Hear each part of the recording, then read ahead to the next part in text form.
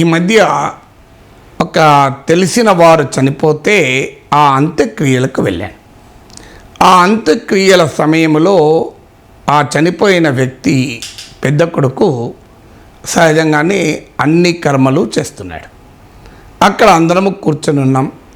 ఆ చనిపోయిన వ్యక్తి మనమరాలు కూడా చిన్నమ్మాయి, 5 ఏళ్ళ అమ్మాయి. ఆ కార్యక్రమాలన్నింటినీ ఆమె జాగ్రత్తగా పరిశీలిస్తూ తాత పట్ల ప్రేమను చూపుతూ ఏడుస్తూ కూడా ఆ మొత్తం కార్యక్రమాన్ని చాలా శ్రద్ధగా గమనించింది. గమనించిన తర్వాత ఆమె ఒక మాట అన్నది, నాకు ఆశ్చర్యం వేసింది. నాతోనే అన్నది ఆ మాట, రేపు మా నాన్న పోతే మా అన్నయ్య కూడా చేస్తాడు కదా ఇవన్నీ అన్నది. నాకు ఆశ్చర్యం వేసింది. పాపం ఆ బిడ్డకు తెలియదు, నాన్న పోవడం అనే పదం వాడకూడదు, అది అశుభము, అలా భావించాల్సిన అవసరమే లేదు అని పాపం ఆ బిడ్డకు తెలియదు. అందుకే అభము శుభము తెలియని పిల్లల మాటల్ని మనం తప్పుగా తీసుకోవాల్సిన అవసరం లేదు. కానీ ఇది నాకు ఒక అంశాన్ని స్ఫురింపజేసింది కనుక మీతో పంచుకుంటున్నాను. అంటే మనకు తెలియకుండానే మన పిల్లలు చాలా జాగ్రత్తగా చుట్టూ ఉన్న పరిసరాల్ని, పరిస్థితుల్ని గమనిస్తూ ఉంటారన్న దానికి ఉదాహరణ. అలాగే ఇంకొక ఉదాహరణ కూడా చెప్తాను. ఇంకో కుటుంబంలో జరిగిన ఉదాహరణ వారు నాతో పంచుకున్నారు. ఆ భార్యాభర్తలు, అలాగే 2-2.5 సంవత్సరాల వయస్సు కలిగిన బిడ్డ, అందరూ కలిసి టీవీ చూస్తున్నారు. ఆ టీవీలో కార్యక్రమం ఏంటంటే ప్రెగ్నెన్సీ అండ్ చైల్డ్ బర్త్ పైన, అంటే గర్భిణీ స్త్రీలు పడే కష్టాలు, ఆ పిల్లలు పుట్టే సమయంలో వాళ్ళు అనుభవించేటువంటి కష్టాలు, చాలా సైంటిఫిక్ ప్రోగ్రామ్. అంటే ఒక ఉమెన్ లేబర్ పెయిన్స్ వచ్చేటప్పుడు ఎన్ని ఇబ్బందులు పడుతుంది, ఎన్ని కష్టాలు పడుతుంది తన బిడ్డను కనటానికి అనే ఒక scientific program on pregnancy and child birth. వాళ్ళు గమనించలేదు, పక్కన తమ 2-2.5 సంవత్సరాల బిడ్డ ఉంది. గమనించినా కూడా దానికి ఏమర్థమవుతుంది అనుకుని ఉంటారు, ఎందుకంటే చిన్నపిల్ల కదా ఏమర్థమవుతుంది అని. కానీ ఆ ప్రోగ్రాం జరుగుతున్న సమయం అంతలో వారు పూర్తిగా నిమగ్నమై ఉన్నారు. చాలా క్యాప్టివేటింగ్ ప్రోగ్రాం, అద్భుతంగా విజువలైజేషను, చాలా విజ్ఞానదాయకంగా ప్రోగ్రాం ఉంది. సడన్గా కొంతసేపు తర్వాత ఆ బిడ్డ విపరీతంగా ఏడవడం మొదలుపెట్టింది. ఏమైంది అని వీళ్ళు ఒక్కసారి భయపడ్డారు.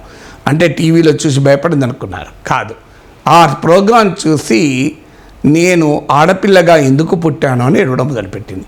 Why did I born as a girl, why did I born as a girl child, I should also go through this కదా అని అన్నారు.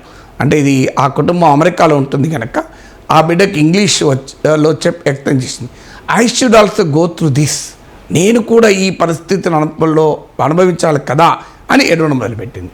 2-2.5 సంవత్సరాల వయసులో తాను ఎప్పుడో పెద్దగయ్యాక, పెళ్ళయ్యాక తాను కూడా ఈ పరిస్థితిని అనుభవిస్తానని ఆ బిడ్డకు ఆలోచన రావడం ఆశ్చర్యం కలిగిస్తుంది.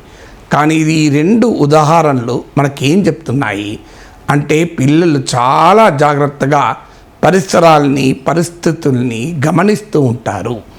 ఇది మన అందరి కుటుంబాల్లో కూడా అనుభవం.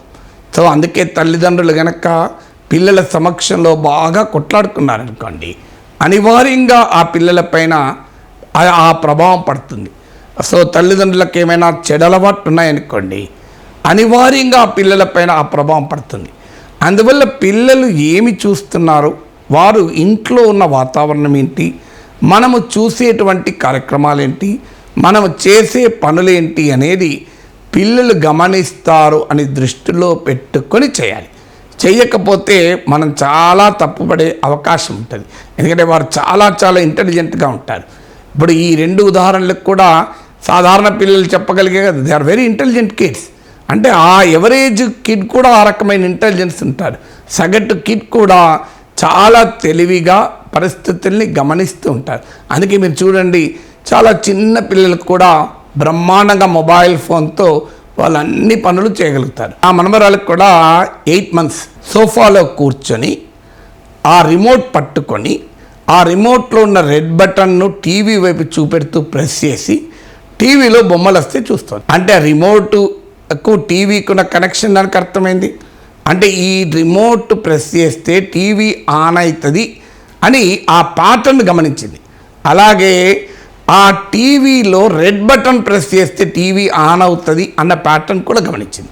అంటే తల్లిదండ్రులు రిమోట్ ఆపరేట్ చేయగా చూసి అది రిమోట్ ఆపరేట్ చేసుకుంటూ టీవీ పెట్టుకోవడం మొదలుపెట్టింది.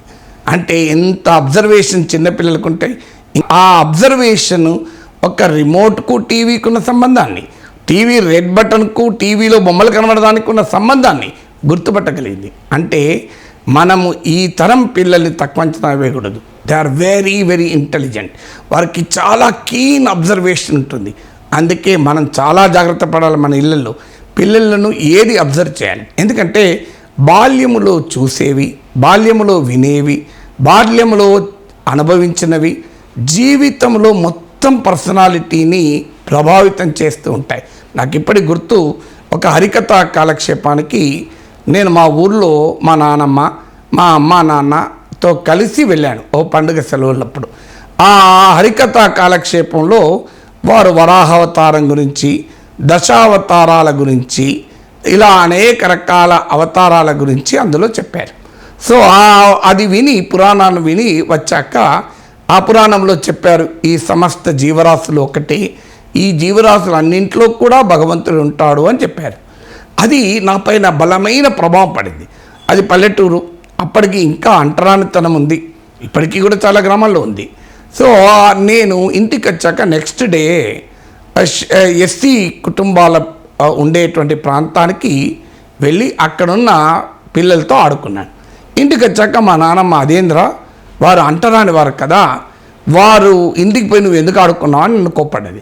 సో నాకు చాలా బాధేసింది. ఇదేంటి, వారు మనలాంటి మానవులే కదా, వారిని ఎందుకు అంటరాని వారుగా చూడాలి, వాళ్ళు చేసిన తప్పేంటి అని మా నానమ్మను అడిగాను.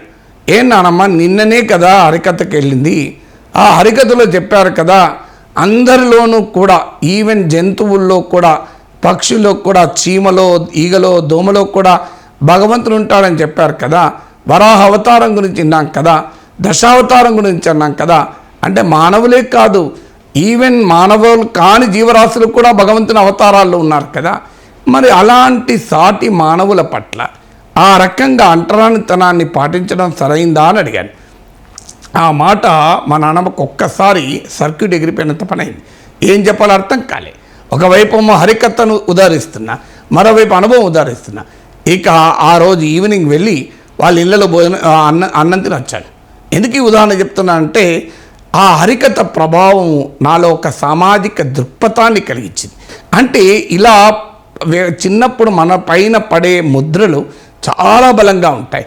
నేను 8వ తరగతి చదువుతున్న సమయంలో మాకు పాఠాలు చెప్తున్న తెలుగు మాస్టర్ను ఒక మఫ్టీలో వచ్చిన పోలీసులు అరెస్ట్ చేశారు. ఏంటని అడిగితే ఆయన పౌర హక్కుల నాయకుడు, అప్పుడు ఎమర్జెన్సీ ఉంది, ఎమర్జెన్సీలో పౌర హక్కుల నేతల్ని అరెస్ట్ చేస్తున్నారు అన్నాడు. అప్పుడు నాలో అసలు ఎమర్జెన్సీ ఏంటి, నిరంకుశత్వం ఎందుకు ప్రమాదకరం, ప్రజాస్వామ్యం ఎందుకు ఉండాలి, భావ ప్రజ్ఞా స్వేచ్ఛ అవసరం ఏంటి, పౌర హక్కుల అవసరం ఏంటి, మానవ హక్కుల ప్రాధాన్యత ఏంటి అన్న భావాలు ఆ లేత వయసులో పడ్డాయి. అది నా జీవితంలో ఇప్పటి వరకు కూడా ఆ భావాల ప్రభావం ఇప్పటికీ పోలేదు. అందువల్ల ఈ ఉదాహరణని ఎందుకు చెప్తున్నా అంటే, చిన్నపిల్లలకు కదా అని మనము తక్కువ అంచనా వేయకూడదు. వారికి మనం ఏ ప్రపంచాన్ని చూపుతాం, వారికి మనం ఏ ప్రపంచాన్ని చూసేలా చేస్తున్నాం అనేది చాలా చాలా కీలకమవుతుంది. అందువల్ల వారికి సరైన మార్గంలో వారి వ్యక్తిత్వ నిర్మాణానికి ఉపయోగపడే ప్రపంచాన్ని చూపించడం తల్లిదండ్రులుగా, అలాగే ఉపాధ్యాయులుగా మన అందరి బాధ్యత.